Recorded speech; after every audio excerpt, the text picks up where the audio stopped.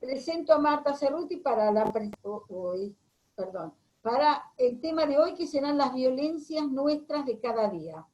Es técnica en sociopolítica de género, educadora en sexualidad humana, psicóloga social, cofundadora y presidenta de la Asociación Argentina de Educadoras y Educadores Sexuales, coordinadora de PROFIR, que es el programa de fortalecimiento e integración de redes del Ministerio de Salud de la provincia de Buenos Aires. Y además una excelente persona, amiga, compañera, eso es mío. Gracias. Así, avanti nomás, Marta. ¿La ponemos en el centro para escucharla y verla mejor? ¿O no querés que te veamos más grande? No, así nos vemos todas. No, así nos vemos todas. Bueno, dale, como quieras. Avanti. Yo tenía un power preparado para esta charla, pero prefiero, en vez de pasarlo, prefiero así nos vemos todas. Si alguien quiere hacer alguna pregunta o alguna consulta, no sé, como quieran ustedes. En realidad, vamos a hacer un repaso sobre algunos artículos de la ley 26485, algunas de ustedes por las que estoy viendo deben conocer muy bien la ley, muchas Pero decinos que es la ley 26485, que hay otros que no la conocen, seguro. Es la ley para prevenir, erradicar la violencia contra las mujeres en todos los ámbitos en los que las mujeres se desempeñen. Esta ley tiene como objeto, en principio, se sancionó en el año 2009 y es producto de la lucha de muchas mujeres, de muchas feministas. Leonor Bain, ahí está, que es una también de las precursoras y de las luchadoras para que los derechos de las mujeres sean reconocidos. Anita Mendía, muchas mujeres que conozco que están aquí, y otras que no están, y otras que ya lamentablemente tampoco están en este mundo, pero esta ley se la debemos a la lucha de todas las mujeres y del feminismo en nuestro país. Esta ley tiene por objeto promover y garantizar la eliminación de la discriminación entre mujeres y varones en todos los órdenes de la vida. A promover el derecho de las mujeres a vivir una vida sin violencias. A garantizar las condiciones para sensibilizar, prevenir, sancionar y erradicar la discriminación y la violencia contra las mujeres en cualquiera de sus manifestaciones y ámbitos. También garantizar el desarrollo de las políticas públicas de carácter interinstitucional sobre la violencia contra las mujeres.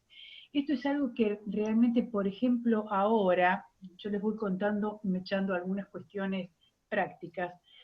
Yo trabajo en PROFIR, soy coordinadora en Vicente López de un programa que empezó como un programa de mejora de la atención primaria. La pandemia nos hizo cambiar el rumbo del trabajo. Y estamos trabajando con los equipos de atención primaria y tratando de introducir una perspectiva de género en estos programas que se llaman Detectar. Ustedes saben que el programa Detectar son estos programas que van casa por casa viendo los síntomas que pueda tener cada una de los integrantes de la familia en cuanto al COVID-19, ¿no? Entonces, intentando desde una política pública, esto viene como una bajada del Ministerio de Salud de la provincia, introducir la perspectiva de género en este programa Detectar. Esto es muy importante porque ¿qué pasa? En estos últimos meses de pandemia y de ASPO, de aislamiento social preventivo y obligatorio, han aumentado los casos de violencia, no han aumentado las denuncias por violencia, pero sí han aumentado los casos de violencia. Esto al trabajar en atención primaria lo hemos visto. Las mujeres han dejado de asistir a los lugares de atención, por ejemplo, para retirar métodos anticonceptivos, para realizarse prácticas médicas como Papa Nicolau, y ante cualquier situación que tiene que ver también con los derechos de las mujeres, han sido soslayados en estos momentos por la situación de la pandemia. Entonces lo que estamos haciendo es introducir la perspectiva de género en estas visitas, como por ejemplo preguntar en las casas si hay alguna mujer embarazada, si se está haciendo tratar, si sabe que tiene, yo estoy hablando de provincia, si sabe que los centros de salud están atendiendo, si fue a buscar sus métodos anticonceptivos, si hay algún tema de ILE, entonces introducir en esto de, digamos, que sea interinstitucional la perspectiva de género en todos los ámbitos de la salud. Esto a mí me parece que es muy importante. Nosotros, por ejemplo, en Vicente López lo que estamos haciendo en este momento es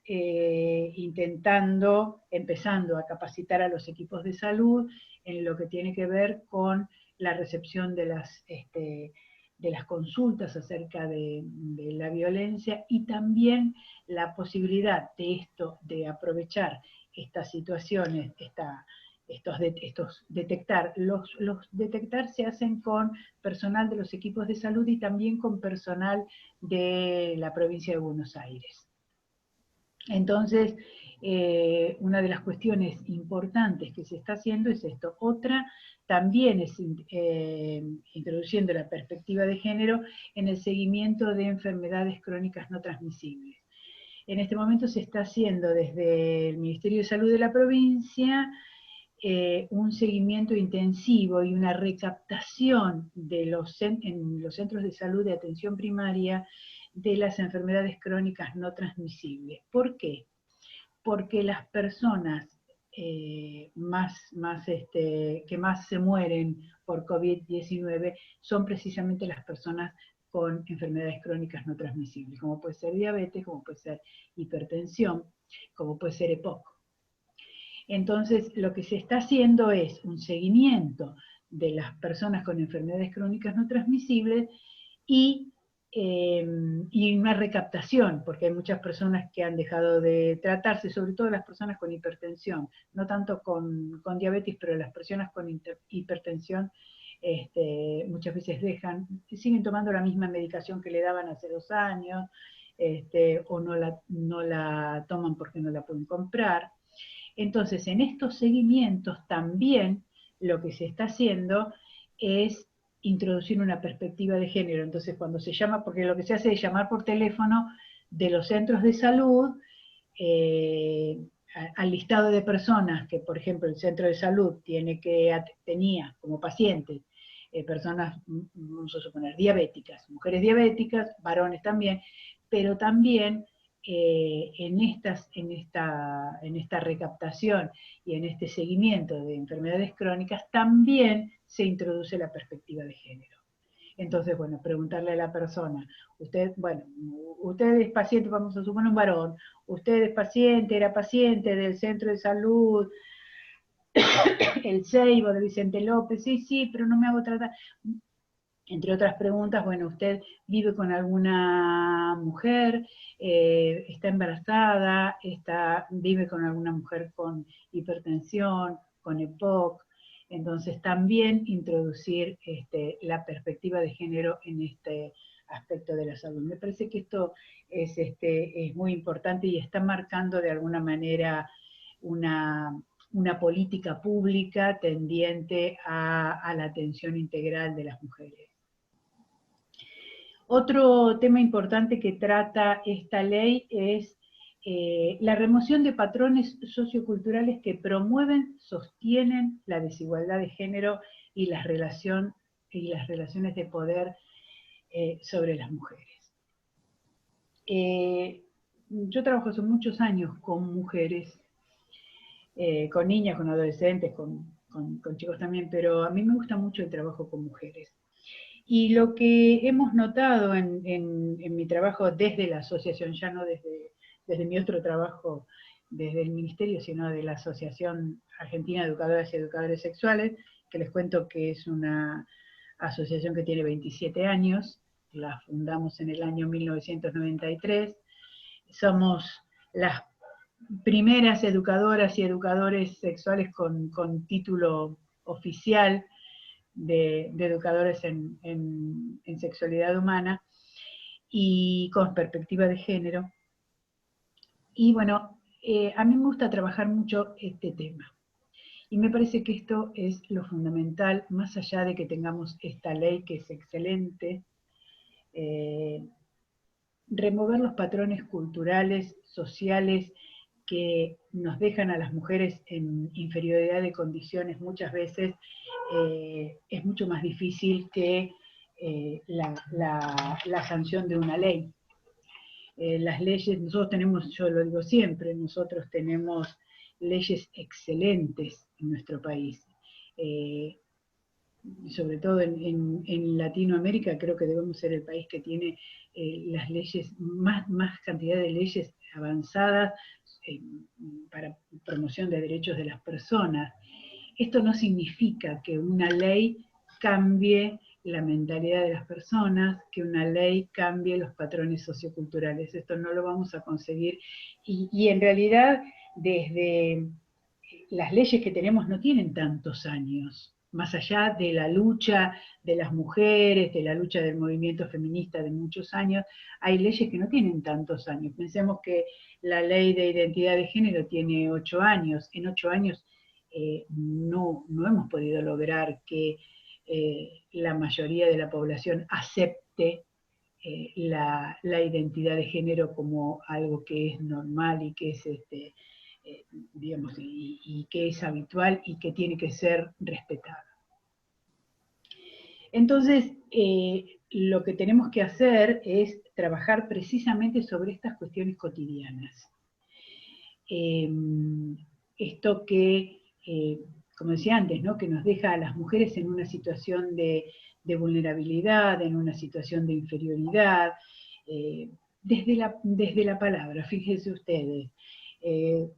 Esto es muy común, no voy a decir nada nuevo, pero si decimos un zorro, es, más allá del héroe de Canal 13, del zorro, es un tipo canchero. Y si hablamos de una zorra, estamos hablando de una prostituta. El perro es el mejor amigo del hombre, no de la mujer, es el mejor amigo del hombre. Pero si hablamos de una perra, hablamos de una prostituta. Un hombre público es un político, una mujer pública, ya sabemos a quién le dicen mujeres públicas. Un hombre de la vida es un hombre con experiencia, una mujer de la vida es una mujer pública. Desde estas cuestiones chiquitas es con lo que tenemos que trabajar para que esta ley realmente tenga sustento y tenga, digamos, y nadie tenga que acudir a esta ley para que todos los preceptos de esta ley se cumplan. Hace poquito, Hanna y Anita se deben acordar en el jurado del premio Lola Mora, logramos que se saque una publicidad que había hecho Carrefour en su momento, hace un par de años. Era para el Día del Niño, justamente para ahora, un varón y una mujer con C de carpintero y con C de cocinera para una nena. Otra publicidad, por ejemplo, que ponía al varón inteligente como papá, bonita como mamá. Y en esto también las mujeres a veces caemos en estos prejuicios. Cuando decimos que las rubias son tontas, y yo lo he escuchado decir muchas mujeres esto, pero jamás escuché decir que un rubio es tonto, o que un rubio no piensa. Las que no piensan son las rubias. Yo me salvé porque soy morocha, pero bueno, chistes aparte, estas cuestiones, ¿no? Por ejemplo, y el otro día me surgió esto también en una conversación con otras personas, cuando hay una pareja de mujeres lesbianas, Nunca falta quien pregunta quién hace de varón. ¿Vieron ustedes? ¿No lo escucharon alguna vez? ¿Quién hace de varón?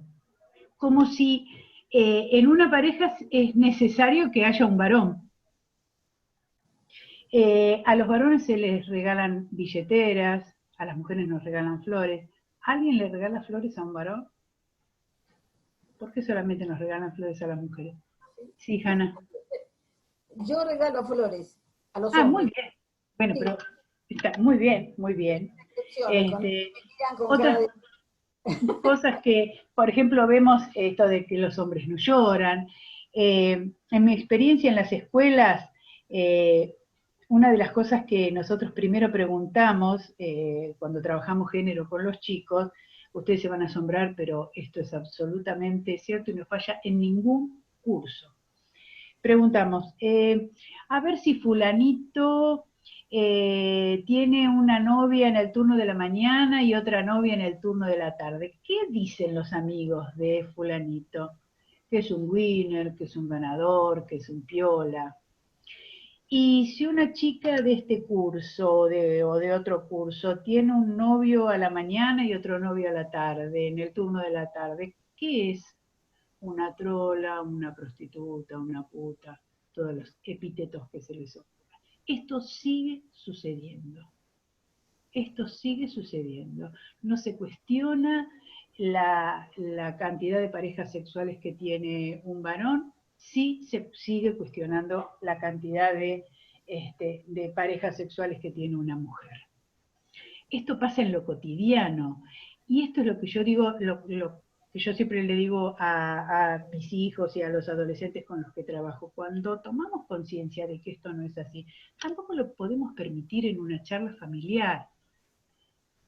Entonces, esto es lo que tenemos que empezar desde abajo, digo yo, desde los ámbitos cotidianos. Otro tema, por ejemplo, es esto de no dejar hablar a las mujeres, los varones hablan más fuerte, no dejan hablar a las mujeres, el tono paternalista. ¿Vieron el otro día el caso del fiscal este que discutió con la periodista de Canal? Yo justo lo estaba viendo, justo lo estaba viendo. Y en un momento ella después dijo que no lo había escuchado porque se superponían las voces, y a mí me dio ganas, la verdad que me dio mucha impotencia, porque él en un momento le dice, no te hagas la cocorita conmigo, Sí.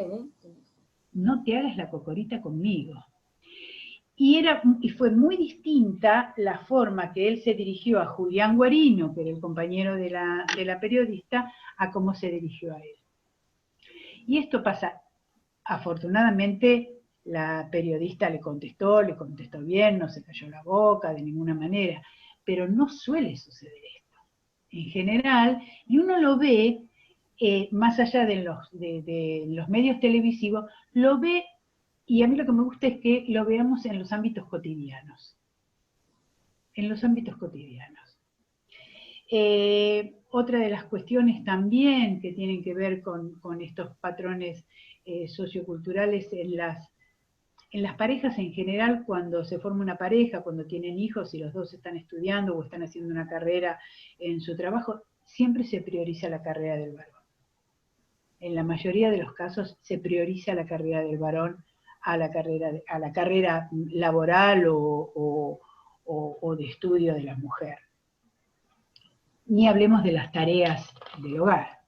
En general los varones ayudan, no toman a las tareas del hogar como algo, digamos, como algo que les corresponde.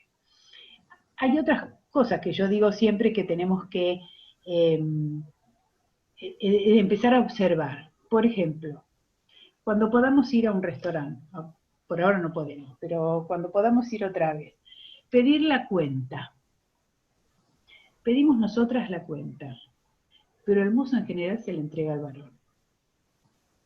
La cuenta. Si pedimos una bebida con alcohol y el varón pide una gaseosa, la bebida con alcohol se la entregan al varón y no a la mujer. Me ha pasado porque yo tomo cerveza y a veces Carlitos no toma, entonces pedimos una cerveza y una Coca-Cola porque si él no tiene tolerancia cero en el registro, pero la cerveza se la dan a él. Ignorarnos a las mujeres en las cosas de hombres, estas son las cosas que tenemos que empezar a reclamar. Si vamos a un taller, mujer y varón, con el auto que es de la mujer y la mujer es la que sabe lo que le pasa, el tallerista, el mecánico le habla al varón, no le habla a la mujer. La incomodidad, por ejemplo, y esto es algo que va a ser bastante más difícil de modificar, es la incomodidad con la mujer, cuando la mujer gana más que el varón. Y yo que muchos años coordiné grupos de mujeres víctimas de maltrato, muchas mujeres nos decían que una de las causas por las que había empezado las situaciones de violencia en su casa era porque la mujer, ella había crecido más en el trabajo que él y había empezado a ganar más. Entonces habían empezado situaciones de violencia que a veces habían terminado en situaciones de violencia física, pero en general eran situaciones de violencia verbal, psicológica, de descalificación y de ponerse el varón como víctima porque la mujer ganaba más. Este es un tema que también atraviesa, y el patriarcado también ha jorobado en este sentido a los varones, ¿no? Porque los pone como que tienen que ser ellos únicamente los proveedores, y el varón que no se siente proveedor total de los beneficios económicos de su familia, siente amenazada su virilidad, eso también provoca situaciones de violencia. En relación a la sexualidad también, en líneas generales, y esto lo digo con conocimiento de causa por mucho trabajo, sobre todo en sexualidad con mujeres, las mujeres todavía no tienen muchas posibilidades, y muchas mujeres que no tienen la posibilidad de decidir de qué manera, cómo tienen relaciones sexuales, en qué momento y de qué manera. Esto se ve mucho, por ejemplo, cuando trabajamos con prevención de VIH y recomendamos el uso de preservativo en todas las relaciones sexuales. Entonces las mujeres lo que dicen, pero yo no le puedo decir a mi marido que use preservativo. No puedo, no lo puedo hacer. ¿Y por qué? Y no puedo porque él va a pensar que yo estoy con otro, o va a pensar, o dice que yo desconfío de él. Esto es lo que ha hecho subir mucho el índice de infección por VIH en las mujeres, y el índice también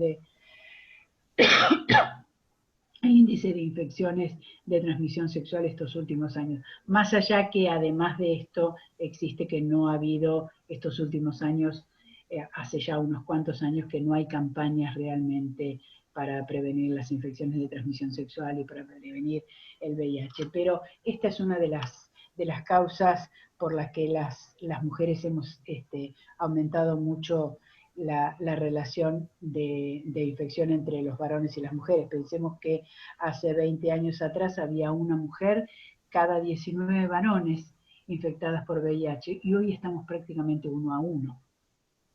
Creo que es 1,4 contra 1, así que prácticamente estamos equiparadas en relación a las relaciones sexuales y a las infecciones de transmisión sexual. Por eso digo, en relación a la sexualidad, también otra de las cosas que yo observo es el tema de las revistas que consumen las adolescentes, las mujeres jóvenes, y está todo apuntado a la satisfacción del varón. Esto volviendo al tema de la sexualidad, ¿no? Está todo apuntado a la satisfacción del varón, y esto también tiene que ver con estos mandatos socioculturales que tenemos. Yo siempre digo que si todavía hay alguna mujer que dice que le duele la cabeza, o que hoy me duele la cabeza para no tener relaciones sexuales, ahí estamos fracasando en la posibilidad de los derechos, ¿no? Una mujer que no puede decir, hoy no tengo ganas, no quiero, o esto no me gusta, o esto no lo quiero hacer, o prefiero hacer otra cosa, o prefiero que vos hagas otra cosa. Todavía no hay una real conciencia de de los derechos. Otro de los temas con los que también podemos trabajar desde lo cotidiano, esta creencia de que todas las mujeres en algún momento de su vida van a querer ser madres. Y hoy afortunadamente esto está bastante cuestionado porque hay muchas mujeres que deciden no tener hijos. Y bueno, y este es un deseo que debe ser respetado. Cuando hablamos de salud reproductiva también hablamos de salud no reproductiva. Bueno, estas son algunas de las cuestiones de las que hablamos cuando hablamos de modificar estos patrones que son de alguna manera la génesis de las violencias. Las publicidades donde nos dejan a las mujeres como tontas, o las mujeres que solamente estamos para limpiar.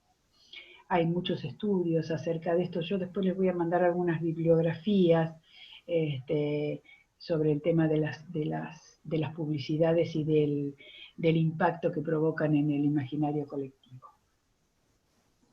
Bueno, otra de las cuestiones que trabaja a las que apunta esta ley es el acceso a la justicia de las mujeres que padecen violencia.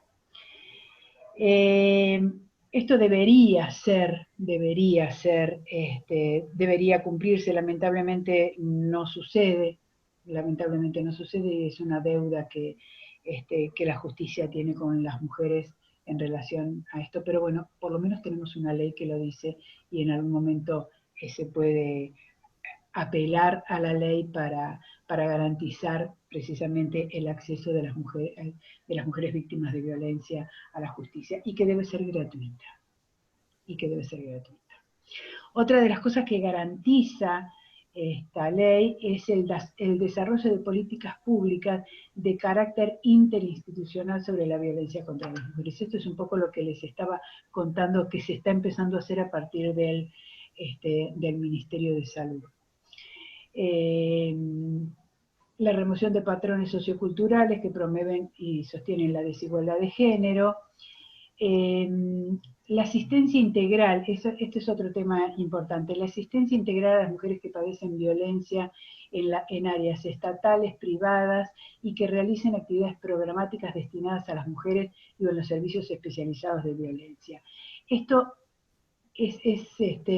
es un tema también importante.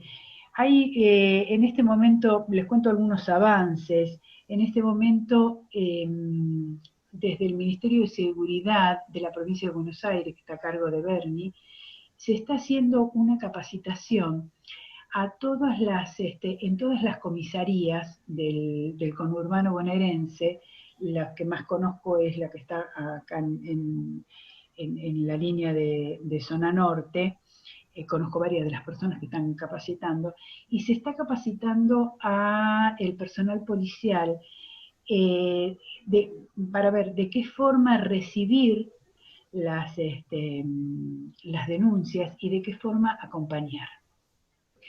Porque también en este caso es importante tener claro que muchas veces con la mejor de las intenciones, a veces se hace iatrogenia. Entonces esta capacitación a las personas que van a recibir una denuncia o una consulta, me parece que es un avance importantísimo.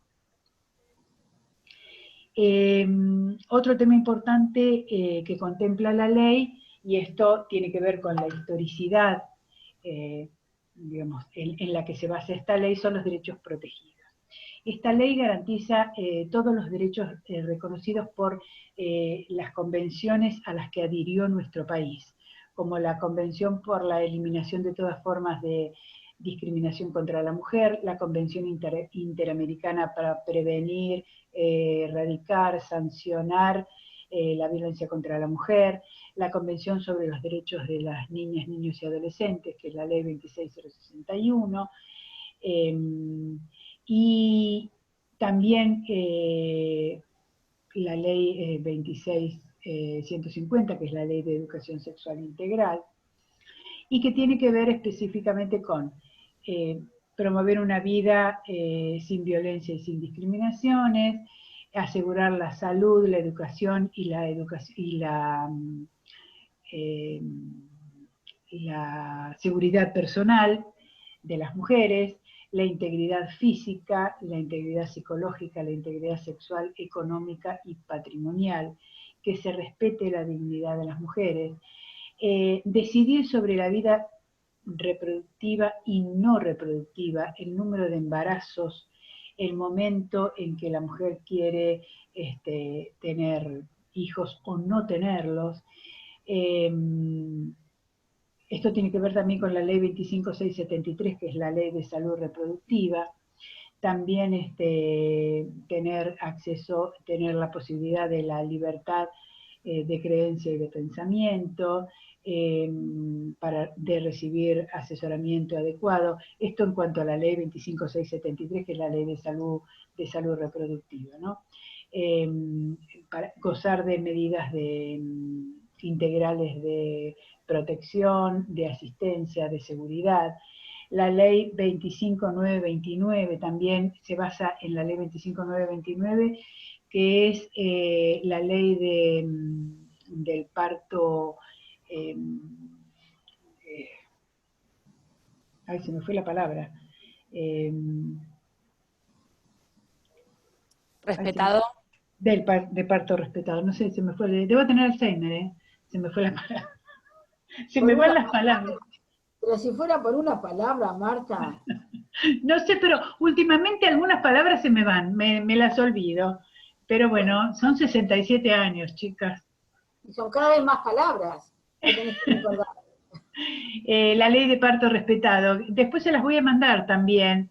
La ley de parto respetado, que dice, entre otras cosas, que la mujer tiene derecho a un parto natural, a respetar los tiempos biológicos, a que la mujer puede elegir qué persona la va a acompañar en el preparto, en el parto y en el posparto. Otra de los artículos de la ley 25929, que ninguna mujer tiene por qué ser objeto de prácticas que tengan que ver con investigaciones, que tiene que ser informada de todas las prácticas y del porqué de cada una de las prácticas que se le hagan. Yo no sé ustedes, pero yo que tengo varios hijos, mucho tiempo más tarde de tener a mis hijos me di cuenta de cuáles habían sido los avallazamientos a mis derechos que yo había tenido y había sufrido. Qué sé yo, pongamos como ejemplo la episiotomía. A mí nadie me preguntó si yo quería una episiotomía o no. Y nadie me preguntó, y yo no sabía tampoco cuando tuve mis hijos, que yo podía decir que bueno, que no quería que me hicieran tacto a cada rato para ver cómo estaba mi dilatación. O cualquier práctica. No se nos informaba, entonces esta ley viene a cuento de esto. Es muy interesante porque realmente, seguramente las chicas jóvenes o las mujeres más jóvenes que tienen hijos pueden acceder a estos derechos. La verdad que en la época que yo tuve a mis hijos nadie nos preguntaba nada, y se hacía con nuestros cuerpos lo que los médicos decían, y nadie nos informaba acerca de las cosas que nos iban a hacer. Estábamos con la igualdad de derechos y oportunidades, la igualdad de trato entre varones y mujeres, es una de las otras cuestiones que trabaja esta ley. Hay una definición de violencia que dice la ley, que sí la voy a leer porque no me la acuerdo de memoria. Se entiende por violencia contra las mujeres toda conducta, acción o omisión que de manera directa o indirecta, tanto en el ámbito público como en el privado, basada en una relación desigual de poder, afecte su vida, libertad, dignidad, integridad física, psicológica, sexual, económica o patrimonial, como también su seguridad personal. Quedan comprendidas las perpetradas desde el Estado o por sus agentes. Hay diferentes tipos, la ley habla de diferentes tipos de violencia contra las mujeres. la violencia física, que es la que se emplea contra el cuerpo de la mujer, produciendo dolor, daño, riesgo de producirlo, y cualquier otra forma de maltrato o agresión que afecte su integridad física. Esta es la situación de violencia más visible, es la que más podemos ver, es la que de alguna manera más detectamos, es la más, digamos, la que puede producir mayores daños físicos hasta llegar a la muerte. Sabemos que en nuestro país muere una mujer cada 28 horas a manos de sus parejas o sus exparejas, pero hay muchas más, muchísimas más, que sufren violencia, que quedan inhabilitadas, que quedan con secuelas de por vida y con muchas lesiones y que no son las que salen en los diarios, pero es la forma más cruenta de violencia contra las mujeres. Otra forma de violencia de la que habla la ley es la violencia psicológica, que es la que causa daño emocional, disminución de la autoestima, perjudica el desarrollo personal de las mujeres, y esto va está muy íntimamente ligado a la violencia física. En general, la violencia física está acompañada de violencia psicológica, que es lo que de alguna manera mina la autoestima de las mujeres. En general, las mujeres víctimas de violencia, víctimas de maltrato, cuando llegan a denunciar o cuando llegan al un servicio de asistencia, en general han sufrido primero violencia psicológica, incluye desde la autoestima, la humillación, la deshonra, el descrédito, la persecución, el insulto, los celos excesivos, todo lo que termina perjudicando la autoestima de estas mujeres, que de alguna manera terminan en algún punto, y hasta que pueden salir de la situación, justificando la violencia contra ellas mismas, ¿no? La violencia sexual, la ley también habla de violencia sexual, un poco hablábamos recién, que es cualquier acción que implique la vulneración de todas las formas de maltrato sexual, con o sin acceso genital. Esto puede tener las características de abuso, de la imposibilidad de decidir, como hablábamos antes, ¿no? La imposibilidad de decidir en qué momento, cómo una mujer quiere tener relaciones sexuales, la violación, obviamente, y tiene que la violación dentro del matrimonio. Otra cosa, por ejemplo, notable, es que recién en el año 1994 se sancionó la ley, el artículo de la ley de violencia doméstica, donde habla de la penalización de la violación dentro del matrimonio. Hasta el año 1994, piensen ustedes, 26 años atrás, la violación dentro del matrimonio no era un delito. Muchas mujeres con las que trabajábamos en esa época, que habían sido víctimas de violencia dentro de abuso y de violencia dentro del matrimonio, no podían reclamar, porque todavía no había una ley que las protegiera. Otra forma de violencia de la que habla esta ley es la violencia económica y patrimonial, que es la que se dirige a ocasionar un menoscabo en los recursos económicos o patrimoniales de la mujer, a través de diferentes acciones que pueden ser la perturbación de la posesión, tenencia, propiedad de sus bienes. Sabemos que muchas veces las mujeres quedan, después de una separación o aún sin una separación legal, los bienes de la familia los maneja el varón, muchas veces con subterfugios. yo me acuerdo que teníamos con Silvia Kurlak, que coordinábamos un grupo, una señora que su papá, que era dueño de una cadena de panaderías, cuando ella se casó, puso todas las panaderías que tenía a nombre de su marido.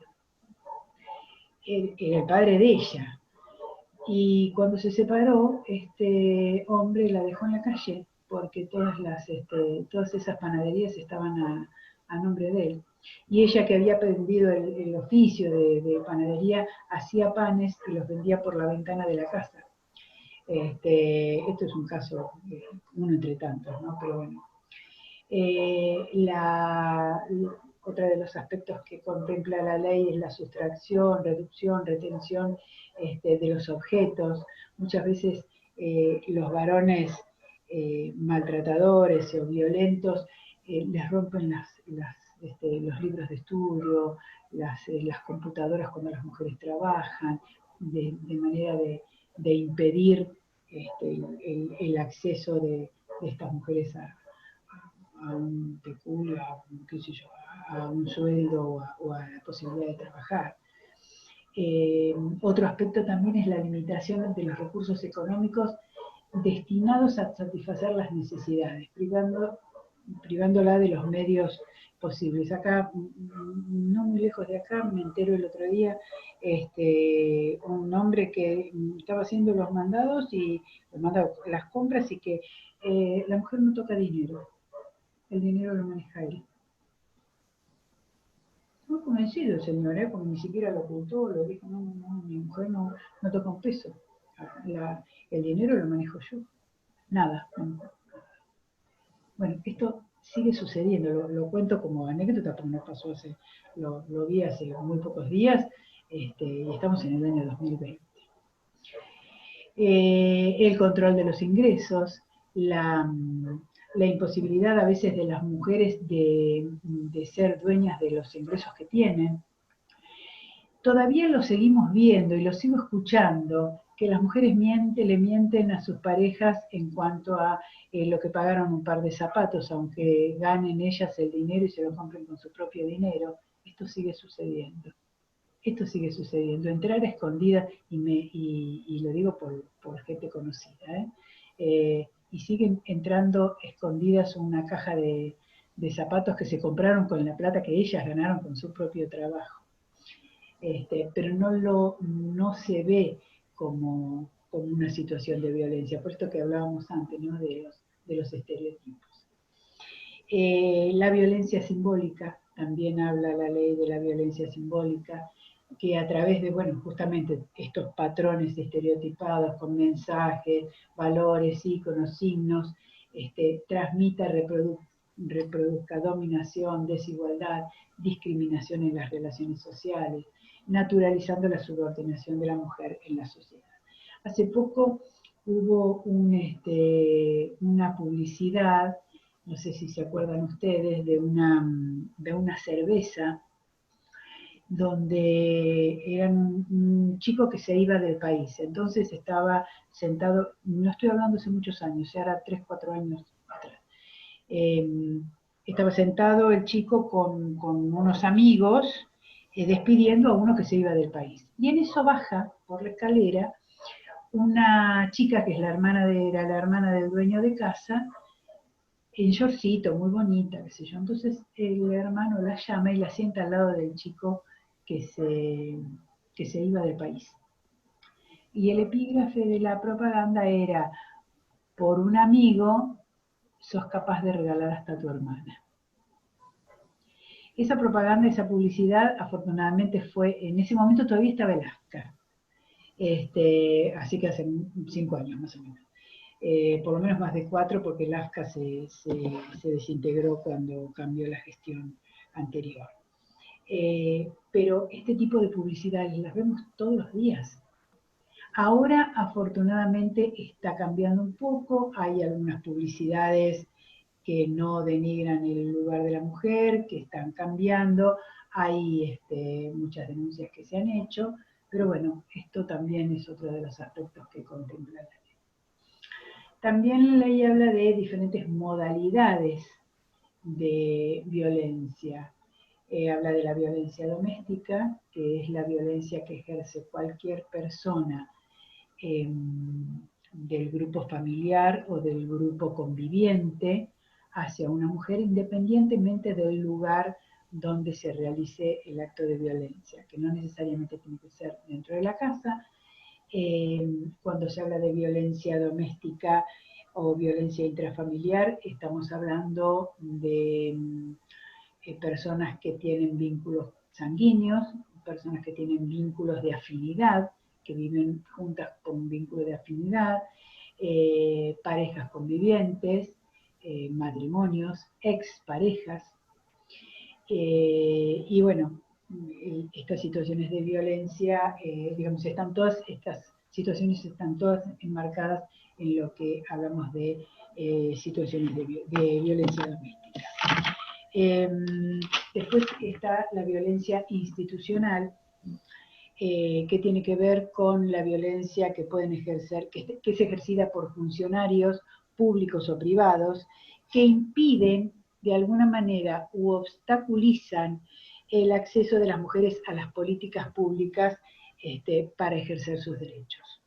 Y en este caso se amplía también no solamente a los funcionarios, sino a los sindicatos, a los partidos políticos, a las organizaciones deportivas, a las organizaciones sociales. Sabemos que existe, en muchos ámbitos existe un cupo de presencia de las mujeres en los cargos directivos que a veces no se cumplen, y aunque se cumplan, a veces es difícil que las mujeres cumplan con estos roles, digamos, que tienen que ejercer. A mí me ha tocado trabajar en algunos sindicatos donde las mujeres han tenido que pelear mucho, porque por ejemplo en las reuniones de los sindicalistas, donde cada uno opina, a las mujeres las mandan las pretenden mandar a servir el café, o que son las que se encargan de hacer la fotocopia,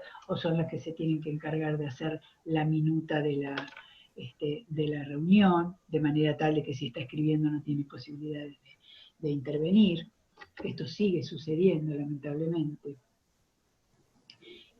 Otro aspecto que contempla la ley también es la violencia laboral, que bueno, que es ejercida en los ámbitos públicos y privados, donde se obstaculiza donde la ley contempla que no se obstaculice el acceso al empleo, a conservar el empleo, a impedir el ascenso, a la hostigación de las mujeres dentro del ámbito, a impedir la hostigación de las mujeres, a las mujeres en el ámbito laboral, que puede ser el hostigamiento también el hostigamiento para lograr que la mujer se vaya. Esto también está contemplado por la ley. Muchas veces lo que sucede es que relegan a una mujer a que no haga nada, o al maltrato para lograr que se vaya, y no hablemos también del acoso sexual, ¿no? Dentro del ámbito laboral. Que me falta, la violencia mediática, que es la violencia que ejercen los medios de comunicación, un poco lo que hablábamos antes, ¿no? Con las publicidades que descalifican, denigran, que siguen colocando a la mujer en un lugar de limpieza de la casa, que no, por ejemplo, hay un trabajo muy interesante que se los voy a mandar, de una socióloga española que hizo todo un análisis. Hay muchos, ¿no? Pero yo me acuerdo de que hizo un análisis de cómo las publicidades también, de alguna manera, subrepticiamente favorecen estos avances sobre los derechos de las mujeres. Por ejemplo, lo que ella dice es que y lo podemos observar. Cuando hay una publicidad de algún elemento electrónico, la voz en off siempre es de un varón. Quien nos aconseja siempre sobre estas cuestiones, en general, son varones. Cuando se trata, por ejemplo, de cosméticos, de cremas, entonces a veces las voces son de mujeres. Pero cuando se trata, por ejemplo, de una publicidad de autos, aún autos que son dirigidos a mujeres, que están pintados de rosa muchas veces, también la voz es de un varón. Estas cuestiones también de las que si no lo leemos es capaz que ni siquiera nos damos cuenta, ¿no? Bueno, en líneas generales estos son los términos más importantes de esta ley, de la ley 26.485. Vuelvo a decir que afortunadamente esta ley, que es de alguna manera el producto de la lucha de muchas mujeres durante muchos años, se está aplicando, no en todos los ámbitos, todavía no está internalizada como ley. A veces estos derechos que tenemos las mujeres son cuestionados por el discurso patriarcal y por el discurso de los convivientes y de las personas con las que nos relacionamos. Pero bueno, por lo menos tenemos una ley a la que podemos acudir en caso de que se violente, que contempla todos los ámbitos donde las mujeres nos podemos, donde las mujeres interactuamos. Así que, bueno, más o menos los términos de la ley están, si quieren hacer alguna pregunta. No sé cómo estamos de tiempo, no sé qué hora es. 5:10. ¿Vos estás apurada? No, pregunto porque no tenía idea de la hora. Ah, ok. Si alguien quiere preguntar algo, yo tengo una pregunta. ¿Alguien quiere preguntar algo? Yo tengo una pregunta para hacerte, Marta, en particular, mientras van pensando si quieren preguntar o no. En cuanto a la ESI en particular, que es un tema que me preocupa mucho, dado que en los encuentros nacionales de mujeres he tenido contacto con varias personas que no pueden aplicarlo, que no se implementan en los lugares, sobre todo escuché en Mendoza, en Tucumán, etcétera. No sé si vos sabés algo sobre ese, ¿no se aplica? En muchos lugares de nuestro país no se aplica por cuestiones, digamos, de decisiones políticas, y en otros lugares donde está la decisión política de aplicarla no se aplica por cuestiones a veces estructurales y por cuestiones también muchas veces monetarias. A mí me tocó, por ejemplo, en el encuentro de mujeres de Salta. Yo en general en los encuentros de mujeres voy a los talleres de educación. Y una vicedirectora de una escuela, volvemos al tema de los estereotipos que nos atraviesan. La vicedirectora de una escuela, estábamos hablando del tema de abuso, es un tema también muy importante y que también tiene que ver con esta ley. Contó una persona de otra provincia los casos que había de abusos en comunidades aborígenes, ¿no? De abusos de las niñas por parte de sus padres. Y la vicedirectora de una escuela dijo muy enojada que veníamos de Buenos Aires con la ley de educación sexual integral a cambiar las costumbres. Una de las costumbres es esta, ¿no? La realidad es que la ley de educación sexual integral no se está cumpliendo en el país como debería. No hablemos de este momento de pandemia, hablemos de etapas normales. Ahora todo es mucho más difícil. Pero no se cumple realmente, si bien el Ministerio de Educación capacitó muchos docentes, pero como la ley lo que dice es que la ESI es transversal a todas las materias, no podemos garantizar que todos los docentes estén capacitados en educación sexual integral, que a todos los docentes les interese impartir educación sexual. Y yo me acuerdo que un profesor en el en el Mariano Moreno, me dice, mira Marta, yo tengo muchos problemas con mi propia sexualidad.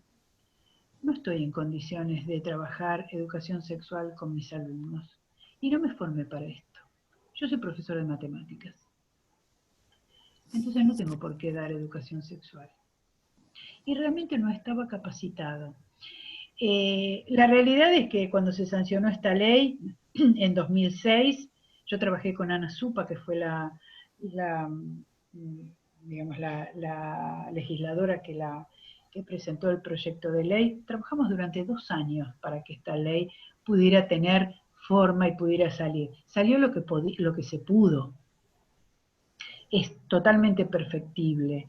Yo creo que educación sexual tendría que ser una materia implementada por personas capacitadas en el tema y debería ser una materia más, no un taller por año, porque por ejemplo en Ciudad la reglamentación de la ley dice que por lo menos una vez al año las alumnas y los alumnos deben tener una clase de educación sexual integral. ¿Para qué sirve una sola clase? Esto tiene que ser constante, tiene que ser consecuente en el tiempo. Hay muchas cuestiones que tienen que ver con el impartimiento de la ley de educación sexual integral. Muchos chicos y chicas han podido, a partir de un taller o de una ley de ESI, poder ver que estaban siendo abusados, poder develar situaciones de abuso. Los docentes también deberían en algún punto también tener conocimiento de la responsabilidad que nos toca como docentes ante determinadas situaciones de abuso, de acompañamiento en las situaciones de abuso, qué es lo que sucede con embarazos forzados en niñas y adolescentes. Hay muchas cuestiones que no se saben en relación a esto. Por ejemplo, a ver, voy a poner un ejemplo, una niña menor de 13 años que está embarazada, se presume y se debe presumir que ese embarazo es producto de un abuso. Puede ser que sea un embarazo producto de una exploración entre pares, entre ella que tiene menos de 13 y su amiguito, su compañerito que tiene 14. Pero en líneas generales estos casos son situaciones abusivas y seguir adelante con este embarazo es una situación de un embarazo forzado, y que también se debe respetar y que las docentes, los equipos docentes y los equipos de salud deben saber también cuáles son los derechos de esta niña, quién debe acompañar, se debe saber, la educación sexual integral también informa acerca de las leyes que son importantísimas digamos, en el ejercicio.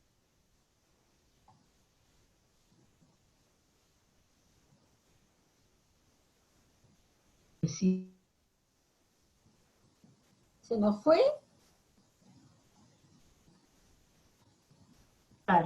Estos casos, hay que los...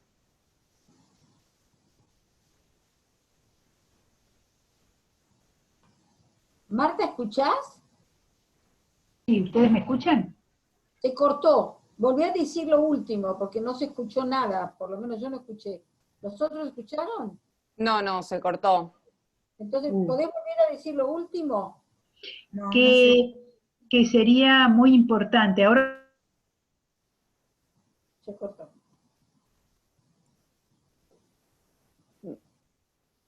Sí. tengo internet, estoy mirando, porque a veces se corta. Sí. Ahí volviste, pero como ¿Volví? que te fuiste. Sí. Sí, Bueno, no, lo que decía era que se debería hacer una capacitación integral a los docentes en relación a la ESI, porque la realidad es que muchos docentes, también sucede con la mejor de las intenciones que los docentes imparten educación sexual integral sin saber. A mí me ha pasado en algunas escuelas donde eh, se cree que la profesora de biología es la que tiene que dar educación sexual, entonces se relega en la profesora de biología, que a veces le dice a las chicas que tener relaciones sexuales 10 días antes o 10 días después de la menstruación no implica riesgo de embarazo, por ejemplo, qué sé yo, algunas cuestiones que no son, que realmente no tienen rigor científico, o no saber cuáles son los términos de la ley. No solamente de la ley de educación sexual integral, sino de las leyes concomitantes a la ley. Hay muchas leyes que son las que sostienen también la ley de educación sexual integral. La ley de identidad de género, la ley de matrimonio igualitario, la 25673, que es la ley de salud reproductiva, la ley de protección a las adolescentes embarazadas, la ley de protección a que las adolescentes sigan con su escolaridad. Sabemos que el 60% de las adolescentes que quedan embarazadas, más allá de que hay una ley que promueve y que garantiza que las adolescentes embarazadas puedan seguir con su escolaridad, sabemos que muchas de ellas abandonan la escolaridad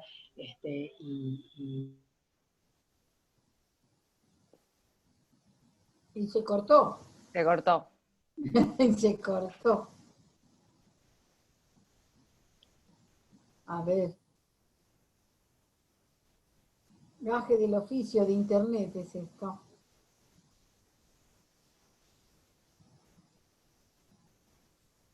¿Vos escuchará Marta? ¿Tiene para escribir?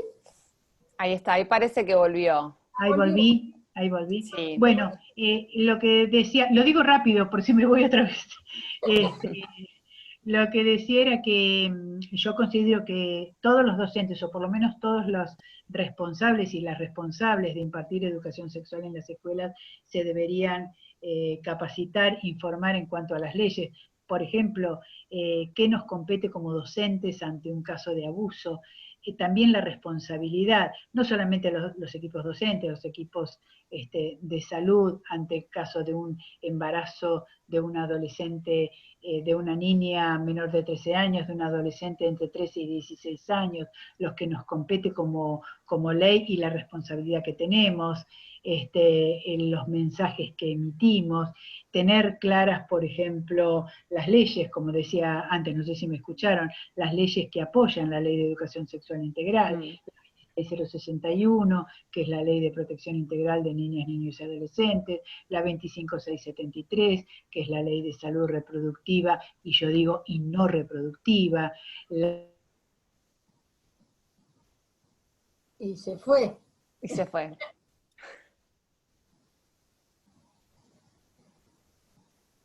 Hay varias preguntas, ¿verdad, Ile? Sí, por lo menos dos compañeras que quieren preguntar. Está primero Leonor y después Esther. Y Graciela al final. Y Graciela también, muy bien, agrego. Y yo al final también quiero hacer una. Bueno, perdimos a Marta. No sé. Leonor, ¿escuchará ella? Vos no sé, bueno, que haga, es que quedó la imagen fija, no sabemos. No sé, pero puede escribir quizá. Sí. No, ahí se desconectó. Probablemente vuelva. A conectar ahora. Sí. Bueno, si quieren, mientras Marta se conecta, yo digo alguna de las cosas que quería, más que preguntar, decir. Sí. Bueno, lástima que Marta no escucha, pero quería decirle que... ahí está, ahí volvió, perdón. Sí. Dale, Leonor, dale. Bueno, que la verdad que me da una alegría, un placer escuchar a alguien que habla el mismo lenguaje y que dice las mismas cosas que uno diría y que viene diciendo hace tantos años. Pero yo aprendí de vos, Leonor. No digas eso de ninguna manera. Sí, es verdad, es verdad. Bueno, pero aprendiste bárbaro, es genial. No, lo que quiero decirles es que de todas las cosas que dijo Marta, hay algunas que yo quiero destacar. Una fundamentalmente, que pensemos por qué es tan difícil erradicar las situaciones de discriminación y el imaginario sociocultural, y bueno, no podemos olvidarnos de las grandes de las grandes influencias, por ejemplo, las religiones monoteístas, por ejemplo, toda la legislación, por ejemplo,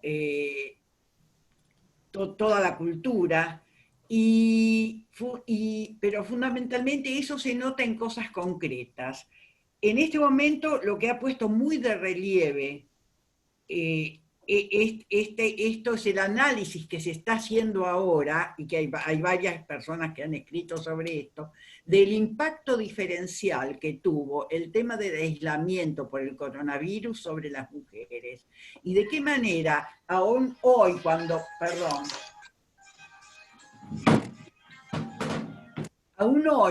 cuando pensamos que hemos avanzado tanto y que tenemos tantas, pero tantas leyes, esto sigue impactando de la misma manera. Y les voy a dar 2 o 3 ejemplos chiquitos para dar lugar a las preguntas puntuales que ustedes quieran hacer. A principios de los años 80, cuando yo tuve por primera vez acceso a estadísticas de la organización, de la OIT, la Organización Internacional del Trabajo, que me descubrieron algo que yo veía viniendo en la práctica, pero que uno cuando lo ve escrito y dicho de otra manera, tiene otro peso. La diferencia de salario entre las mujeres y los hombres por igual trabajo era en aquel entonces del 30%. Si me preguntan desde aquellos fines de la década del 70, cuando yo empecé a militar en el tema de los derechos de las mujeres, ¿cuánto hemos cambiado? Hemos cambiado muchísimo. La legislación a partir de la década del 80 ha cambiado. Ustedes vieron todas las leyes que citó Marta, y faltan muchas, y faltan los tratados internacionales. Basta de leyes. Estamos llenos de leyes. Tenemos leyes que cubren cualquiera de los derechos que se nos puedan imaginar. Lo que nos hacían falta son políticas, y dentro de las políticas lo que hacía falta es presupuesto dentro de las políticas.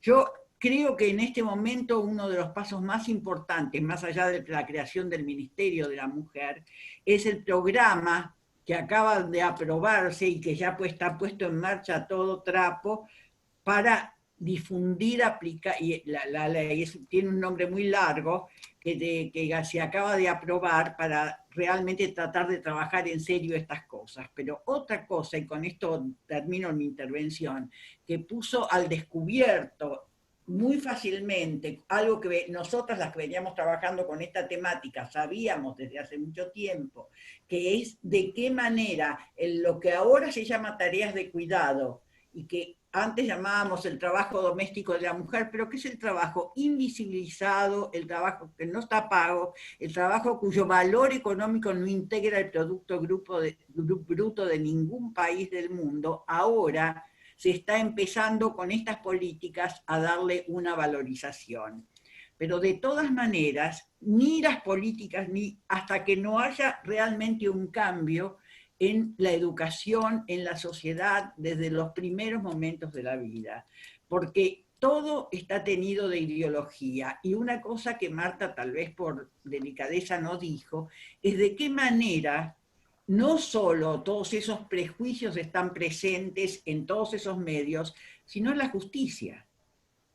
Hay una aplicación automática de la justicia, pero no hay una formación en temas de género, salvo excepciones. En la mayor parte de los casos, todas estas leyes dicen cosas que en realidad no se cumplen. Entonces, este trabajo que estamos haciendo nosotras ahora y las políticas públicas que suponemos que se van a empezar a desarrollar, que tuvieron su aparición incipiente en la década del 80, bueno, nos han enseñado también que con leyes solas no hacemos nada, que el trabajo tiene que ser un trabajo de educación, de formación, absolutamente. Yo hace pocos días di una clase sobre un tema parecido a este, pero me pidieron que incorporara lo de las consecuencias y de qué manera impactó negativamente sobre las mujeres por el cuidado mayor de la casa de los chicos, de las personas que necesitan ayuda, sean por edad, sea porque tienen alguna imposibilidad física,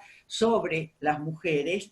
Y se me ocurrió volver a un dibujo animado que Naciones Unidas distribuyó a principios de la década del 80, que era, creo que es de origen checoslovaco, y que nunca lo borré de mi cabeza, absolutamente maravilloso, que se llama El sueño imposible. Probablemente algunas de ustedes lo hayan visto.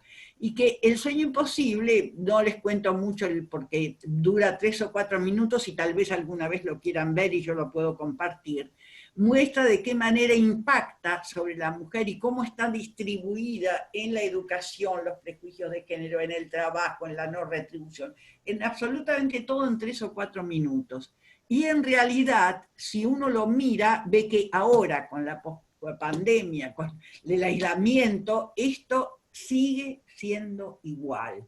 Hoy en día, la diferencia de la remuneración por igual trabajo entre mujeres y hombres, a pesar de todo lo trabajado, a pesar de que podemos creer, como decía la propaganda de Victoria Slims, muchachas recorrido un largo camino porque podía fumar, a principios del 80 era el 30, ahora estamos alrededor del 27, entre el 25 y el 27 según los países. Miren qué poquito hemos avanzado y de qué manera hay que pensar otras maneras de abordaje.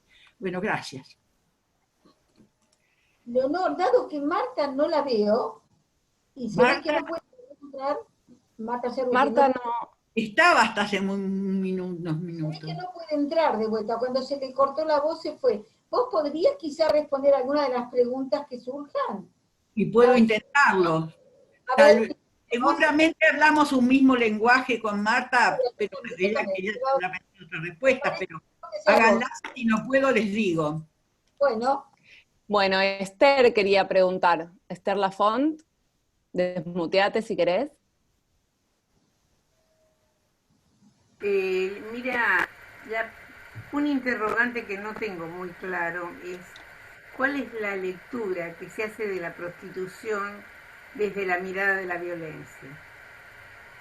Mira, el tema, has puesto el dedito en un tema que está candente en este momento, porque hay ATEM es una organización feminista, digamos, muy radical, muy radicalizada, que está trabajando por la sindicalización de las mujeres que trabajan como prostitutas y que quieren sindicalizarse porque creen que de esa manera van a poder proteger sus derechos o tener aportes para una jubilación y que sea reconocido como un trabajo. Como en todas las cosas hay dos grandes corrientes. Una que dice hay que reconocerlo como trabajo y los estados tienen que intervenir y reglamentar, y que hay muchas mujeres y muchas feministas siguiendo esa corriente. Yo estoy en la corriente contraria, no sé qué diría Marta, que es la abolicionista. No se puede reglamentar sobre una conducta delictiva y por lo menos el consumidor de prostitución comete un delito, comete una conducta antisocial. Yo considero que la prostitución no es un trabajo, no condeno a nadie, y muchísimo menos a una mujer que a lo mejor para subsistir ejerce la prostitución, pero creo que casi se lava las manos el Estado si reglamenta. Lo que tiene que hacer es fortalecer esas mujeres, fortalecer el lugar de la mujer en la sociedad, capacitarlas laboralmente y no perseguirlas a través de decretos y otras cosas. No sé si eso responde a la pregunta o querés preguntar algo más. Ahí volvió Marta. Sí, mira, Leonor... volví, se me fue Fivertel. Se me fue Fivertel y me volví con la conexión de arriba, porque mi nuera también, que estamos siempre con problemas, ella contrató Claro, así que tuve que cambiar y me volví. Pido 1000 disculpas, pero... Bueno, pero hasta hacerle la pregunta a Marta, porque no sé... Bueno, mira, Martita, primero felicitarte como siempre por tu claridad. Y en segunda instancia hay un tema que sé que está en el tapete porque formo parte del grupo del Parlamento, pero en realidad yo tengo una postura, que es que la prostitución no debería estar, y que es un acto de violencia y de poder del hombre sobre la mujer. Simplemente que me parece más cómodo no capacitar, no fortalecer, no empoderar, no hacer que estas chicas o mujeres o hombres trans realmente puedan tener otros elementos para insertarse en la sociedad. Me parece, es una pregunta que yo le hacía a Leonor porque vos no estabas, pero me parece terrible que se defina o se acepte un acto de violencia donde la mujer es absolutamente un objeto y no es una persona, es un objeto sobre el cual descargar determinadas tensiones, opresiones o poderes. Pero me preocupa que esto está en litigio en este momento y que hay bandos que están objetivando el cuerpo femenino o masculino a un acto de prostitución. Quería saber cuál era la opinión de ustedes. Esta pregunta la respondió recién Leonor con las dos posiciones. Marta, ¿querés decir algo? Mira, yo también soy abolicionista y yo también considero que el ejercicio de la prostitución, sobre todo los prostituyentes, de alguna manera avanzan sobre el cuerpo de las mujeres, y esto tiene que ver también con la cultura patriarcal y demás. Pero también respeto a las mujeres que reivindican la prostitución como su trabajo. No lo comparto, no comparto esta idea, pero he trabajado mucho con mujeres en prostitución. Les cuento, el primer curso que hicieron las chicas de AMAR, Elena Reinaga en ese momento era la presidenta, fue en el año 1995, lo hizo con nosotras, con la Asociación Argentina de Educadoras y Educadores Sexuales. Ellas recién empezaban y lo que querían era llevar un trabajo, un mensaje de cuidado a las compañeras, sobre todo por el tema VIH. Después les cuento una anécdota que hubo en ese momento con una de las chicas de AMAR. Y el argumento de ellas de reivindicar la prostitución como trabajo es respetable. Yo no lo comparto. Si a mí me dicen cuál es mi postura, yo soy abolicionista. No estoy de acuerdo con que es un trabajo, pero sí respeto a las mujeres que consideran a la prostitución como su trabajo. Y que no tiene que ver la prostitución con la trata. Cuando ellas hablan de su trabajo como prostitución, no están hablando de trata. Están hablando de una decisión personal de la prostitución como trabajo. Más allá de que uno no comparta esa postura, yo creo que no se debe silenciar la palabra de las mujeres. Las compañeras de AMAR son compañeras, están participando del Parlamento de las Mujeres, son compañeras nuestras, juntamente con Hanna y con Ana, en el jurado del premio Lola Mora. Las dos posturas, las de AMAR, las de Mujeres por los Derechos Humanos, creo que la presidenta sigue siendo Graciela, también compañeras de hace muchos años de militancia por los derechos de las mujeres y demás. Por eso digo, y el otro día intervine un poco en la discusión esta que se armó en el Parlamento de las Mujeres, yo creo que todas las palabras y las palabras de las mujeres no deben ser silenciadas. Aún, y lo digo, obviamente que soy participante de la campaña por el derecho al aborto legal, seguro y gratuito, pero también respeto escuchar a las mujeres que están en contra del aborto. No comparto esa postura, pero creo que todas las voces tienen que ser escuchadas, y sobre todo en un ámbito donde también la representación de estas mujeres está dentro del Parlamento de las Mujeres. más allá de que no estemos de acuerdo, en realidad no estamos de acuerdo con todas las posturas dentro del Parlamento de las Mujeres o de cualquier otro ámbito. Aclaro, soy abolicionista, no estoy de acuerdo con que se lo considere un trabajo, pero respeto a las compañeras que consideran la prostitución como su trabajo. Perdón, yo quisiera agregar un detalle que me parece no menor, me parece. Yo también soy abolicionista, dicho en general, pero la ley me parece que no penaliza para nada la que es prostituta independiente. Sin embargo, es la absoluta minoría, porque siempre hay un hombre que organiza y se lleva parte de lo que se lleve la prostituta o cualquiera sea, porque son dependientes de una organización más allá de la trata no entra en discusión para nadie, porque la trata es como otro capítulo, pero también dentro de la prostitución hay dos niveles donde la mayoría es totalmente dependiente también de un hombre, ¿no? Con lo cual creo que hay que diferenciarlo y es penalmente responsable en ese caso, y en el otro independiente, una mujer independiente prostituta no es penado por la ley. ¿Estoy equivocada, Leonor? ¿Es así, Marta? Mira, yo por supuesto, de ninguna manera el hecho de que yo me declare abolicionista y contra a la legislación sobre la prostitución afecta al derecho a las mujeres no solo a ser escuchados, sino que a la necesidad de que las escuchemos, tanto de ellas como de nosotras. Pero de ahí a que el Estado reglamente, me parece, es decir, entiendo, de ninguna manera, lo dije antes y lo vuelvo a decir, tengo una actitud condenatoria, no me lo permitiría jamás, pero creo que incluso aquellas que no tienen más remedio que hacerlo, si tuvieran otra opción, estoy segura de que no lo elegirían.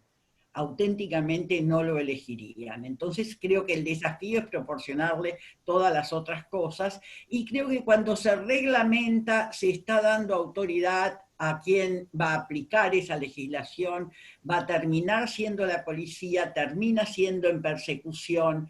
Me inspira mucha desconfianza. Yo prefiero que no se reglamente, y ninguna ley, en ninguna parte está prohibido que una mujer ejerza la prostitución. Con ley y sin ley. ¿No? Ajá. Coincido totalmente. Bueno, la compañera Graciela quería hablar. Nieves, te veo, te anoto en la listita. Veo que estás levantando la mano.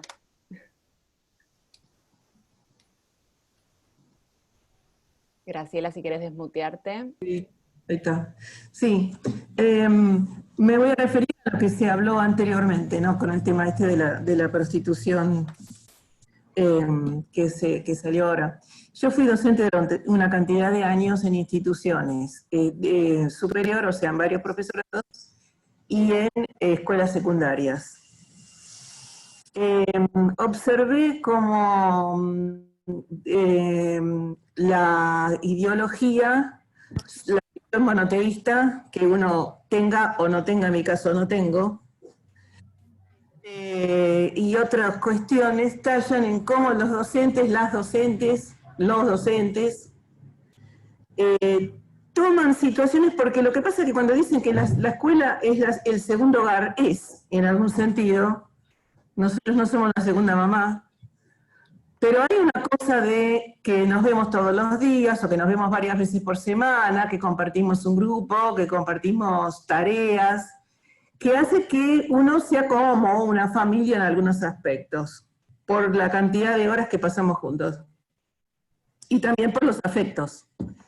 Yo he tenido docentes, colegas, que le decían a los chicos, porque este tema surgió, que no usen profilácticos. Enseñaba también en una escuela religiosa monoteísta, muy importante, pero enseñaba matemáticas, de lo cual uno puede decir, bueno, no es tu tema, nena, pero ella decía que no, que los profilácticos no sirven porque el SIDA, el virus atraviesa, y etcétera, etcétera, así que la cuestión era que no hubiera contacto sexual entre nadie, ¿no?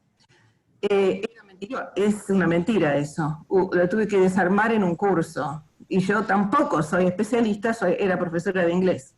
Sin embargo, siendo profesora de inglés, tuve que parar situaciones, me di cuenta de una situación en una escuela secundaria, el colega profesor que era tutor, vino el padre y le dijo, le tuve que pegar a la nena porque no sé qué cosa, y no se mosqueó. Delante del preceptor, varón, ninguno de los dos reaccionaron. Yo me di cuenta que la nena estaba mal porque hacía mucho calor y estaba transpirando con un pullover de mangas largas, y cuando le pregunté, claro, tenía moretones. Entonces, yo fui mujer golpeada. Uno puede decir, tenés una sensibilidad histórica, digamos, de la historia de uno. Por otro lado, observo que no sé cómo está la educación en el profesorado ahora, la formación, porque en general hay una cosa de islas. El profesorado parece 17 máquinas trabajando en paralelo, pero que no se juntan. Pero en la escuela, en el trabajo, nos juntamos con otros colegas, trabajamos con los mismos alumnos. Bueno, hay mucha gente que ha contestado cuando teníamos algún problema, y yo no estudié para esto. Este es un típico argumento de docente vago, disculpen, ¿no? Se prepararon para esto, pero a los médicos no lo habían preparado para el SIDA y lo tuvieron que enfrentar. A los médicos no los prepararon para el coronavirus y lo están enfrentando. Entonces, hay algo que hay que modificar en la forma en que nos hacemos cargo los diferentes actores en una escuela o en un instituto de educación del total. Yo fundamentaba por qué había que tener arte y música, no mi materia solamente. Había otros que decían, no, el más importante es matemáticas. Joda, pero la verdad que es así, y creo que tiene que ver incluso por la forma en que están formados los profesorados, y no se lo voy a decir a Trota porque no hay nada que pueda hacer, pero es algo que viene como naturalizado, prácticamente como es en la familia. Es muy difícil esto, si nosotros no lo tocamos en la formación docente, no vamos a avanzar muy rápido. Esa es mi opinión. No sé si alguien quiere decir algo.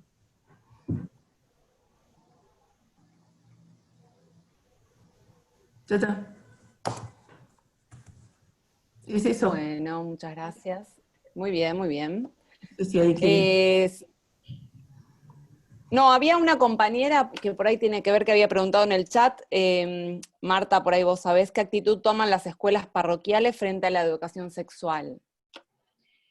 Mira, la experiencia que yo tengo en líneas generales, he trabajado con escuelas parroquiales y no he tenido inconvenientes. Una vez sí, nos llamaron de una escuela parroquial de Palermo cuando vieron la página que teníamos de la asociación y que participábamos en la campaña por la despenalización del aborto, nos dijeron que no vayamos.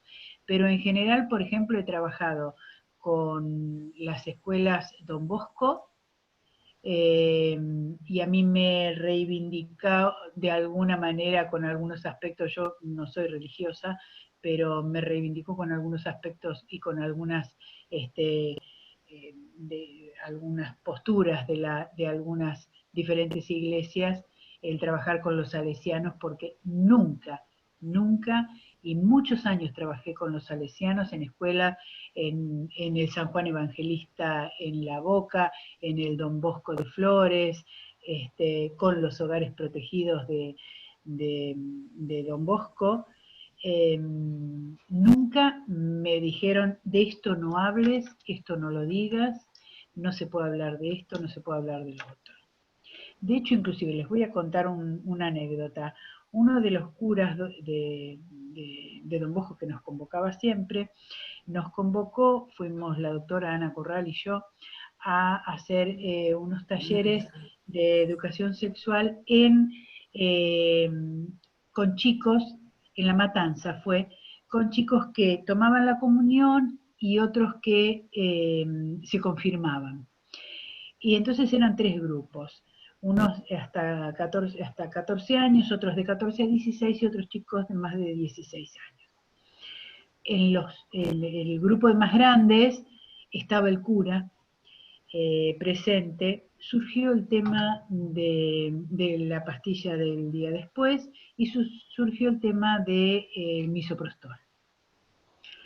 Cuando nos vamos con Ana, el cura nos dice, le dice a Ana, que tenía más confianza con ella porque Ana había trabajado muchos años también con ellos, dice, che, Anita, después me tenés que decir bien esto del misoprostol y a quién tendríamos que recurrir, porque acá las pibas se me mueren, las pibas se ponen perejil, se meten una aguja de tejer, Ana, dice, ¿qué tenemos que hacer? ¿A quién recurro si veo es un caso así?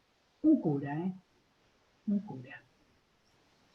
Es decir, mi experiencia, por eso digo, yo con los salesianos me reconcilié con algunos aspectos de la iglesia, pero yo no he tenido mayores problemas. Sé que hay escuelas confesionales, escuelas mucho más rígidas, que imparten la educación sexual con los preceptos que ellos tienen. No es mi experiencia, ya le digo, la única vez que nos convocó una escuela religiosa y que después nos dijo que no porque participábamos en la campaña, fue una sola vez en 27 años que tenemos de asociación. Es la experiencia mía. Claro, sí. Liliana, te doy la palabra. Sí, hola, ¿qué tal? Sí, respecto de esto último que estaban hablando, que no era el tema en sí que iba a comentar, creo que, bueno, también tenemos la opción de cura por los pobres y tenemos los curas tercermundistas, es decir, que también incluso dentro de la fe tenés a las personas o a los movimientos que son más progresistas.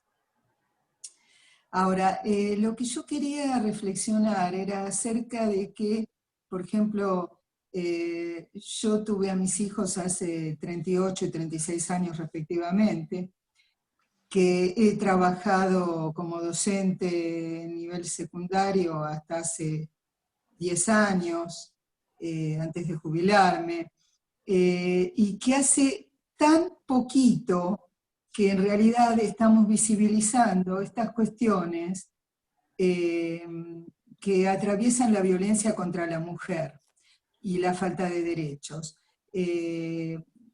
Hace poquito alguien decía respecto de los derechos del parto, de la manera en que nos trataron en esa instancia, de las relaciones interpersonales adentro de la casa cotidiana, de los chistes, de la publicidad, de las veces que hemos sufrido abuso verbal o acoso moral en el trabajo, incluso acoso sexual, o que han querido que dejáramos un cargo para beneficiar a alguien.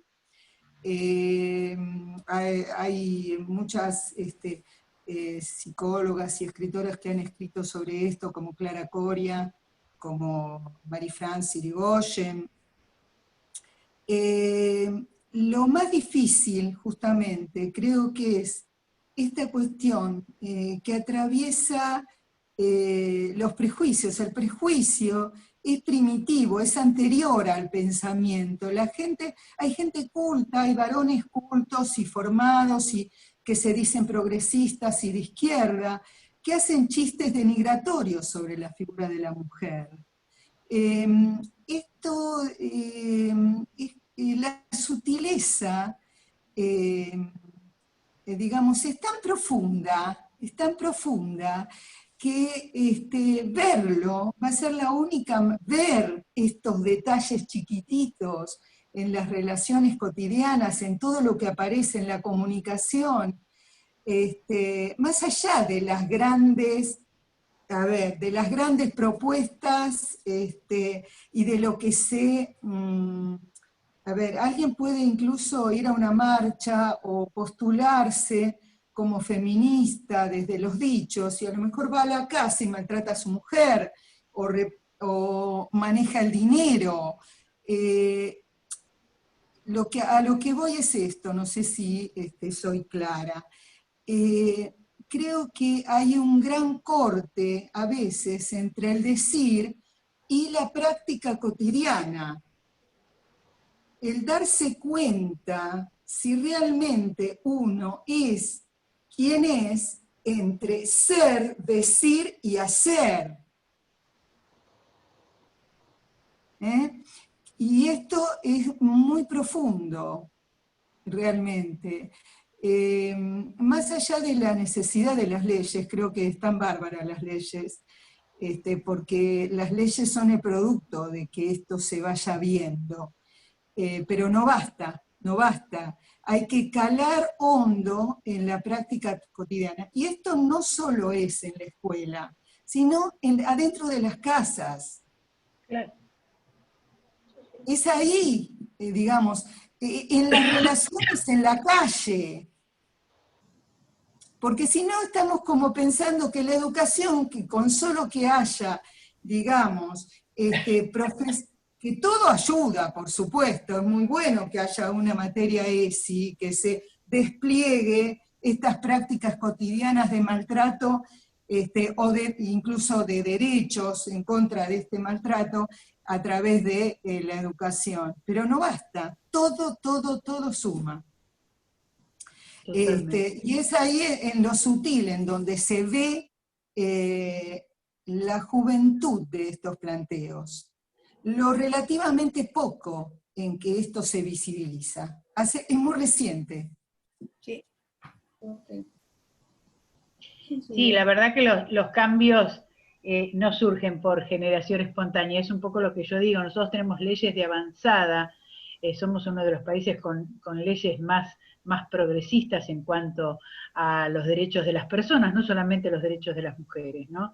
Pero es muy poco el tiempo para que la sociedad los haya asimilado. Pensemos, por ejemplo, tenemos una ley de matrimonio igualitario que tiene 12 años, y todavía escuchamos gente que no está de acuerdo, y tenemos una ley de identidad de género que es más resistida todavía. Está bien, yo digo siempre, está la ley, ante la duda está la ley, pero la realidad es que van a pasar todavía unos cuantos años y hay mucho trabajo para hacer, para poder internalizar los derechos, no solamente de las mujeres, los derechos de las personas, de las niñas, de los niños.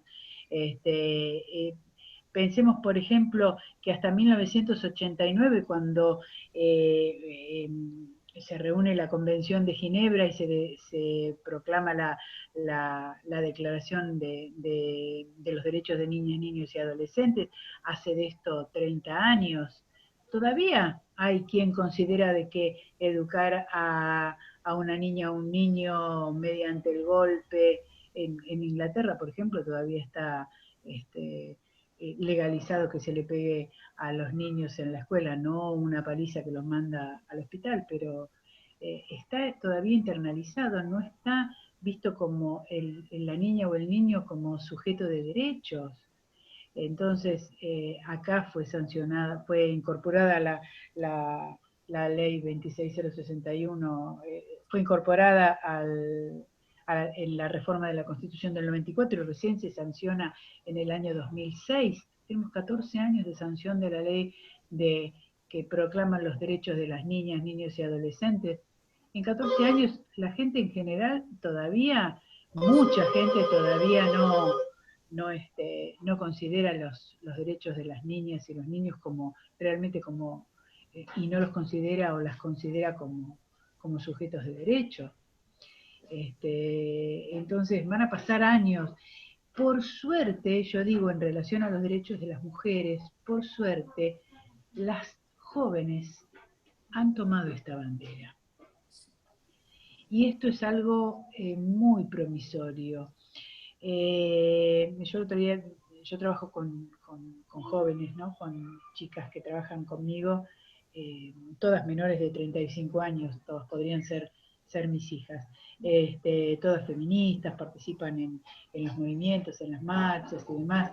Y yo otra vez le decía que bueno, que gracias a ellas, porque las que hemos trabajado hace tantos años para que esto empiece a suceder y para brindar espacios, no tenemos tantos años de militancia para adelante y ellas han tomado estas banderas. Y esto yo lo veo como muy promisorio en cuanto a los derechos de las mujeres. Por ahí en una de esas no tanto en relación a los derechos de las niñas, los niños y los adolescentes. Esta es una deuda que los organismos de derechos humanos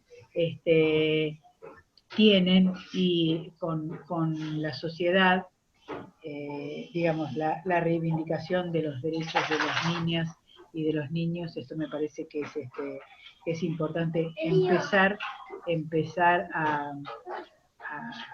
a reclamar por estos derechos también. Bueno, yo particularmente quiero aclarar que en realidad a las 6 de la tarde, la Asamblea por los Derechos Humanos, ¿no? La Asamblea llama y hoy habla Milagros. Una compañera nos hizo acordar, quería ver si les parece bien que hoy a las 6 terminemos, con todas las ganas de seguir, porque somos un grupo bastante numeroso en realidad. ¿Qué? Que faltan 3 minutos, imagino que. Muchísimas gracias, Marta, Leonor, por ser de suplente de primera, y nosotros hicimos lo que pudimos, y agradezco mucho este encuentro porque realmente da la posibilidad no solo de conocerse, sino de conocer cosas que a veces uno deja pasar. Sobre todo porque deja pasar. Bueno, la próxima le digo, o la próxima hago, o la próxima veo.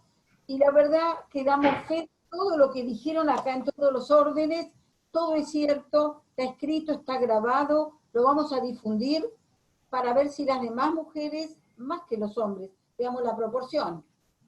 Hay 4 compañeras que están afuera de este grupo ahora escuchando porque no pudieron entrar bien, pero escuchan desde su teléfono, con lo cual es un grupo que me parece muy interesante para empezar a difundir, como hace Marta, desde cómo me trata mi vecino, cómo me trata mi pareja, cómo me trata, cómo soy, qué soy, ¿no? Soy una mujer con derechos, y a veces los derechos hay que conocerlos.